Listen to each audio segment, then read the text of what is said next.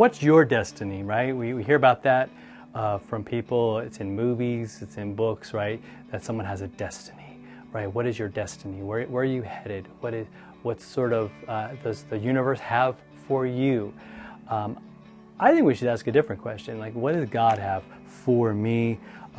What does He hope for me? Because sometimes I think we act like God's out to get us. We sometimes find ourselves saying, hey, I believe Jesus died for me, He rose for me, and yet we live in such a way that feels like we have no hope, and maybe God is dropping the ball, or maybe He's not going to show up.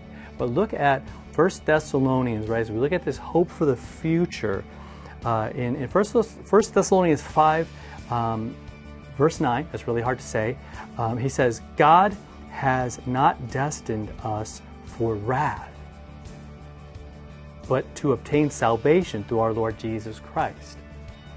So God's wrath is coming, right? Make no mistake about that.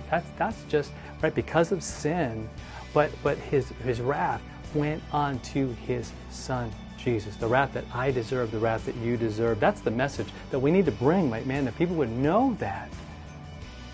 But that's not our future. Like God's going to come and just destroy us. No, He destroyed sin. Sent Jesus to destroy sin, death, and all the power of the devil. Right? So that's what it means to obtain salvation, right? And to believe and to trust and to know that He died for me, that because of Jesus, I am there, right? And he goes on in verse 10, He died for us so that whether we are awake, check this out, or asleep, we might live with Him. So no matter what, right, from here on out, right, into eternity, we live with Him.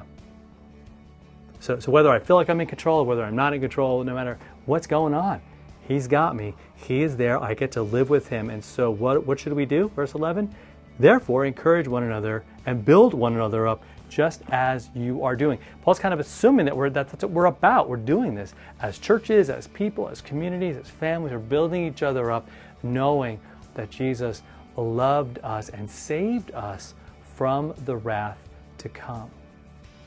Saved us by putting that wrath on Jesus. All that I deserve, that's what that means.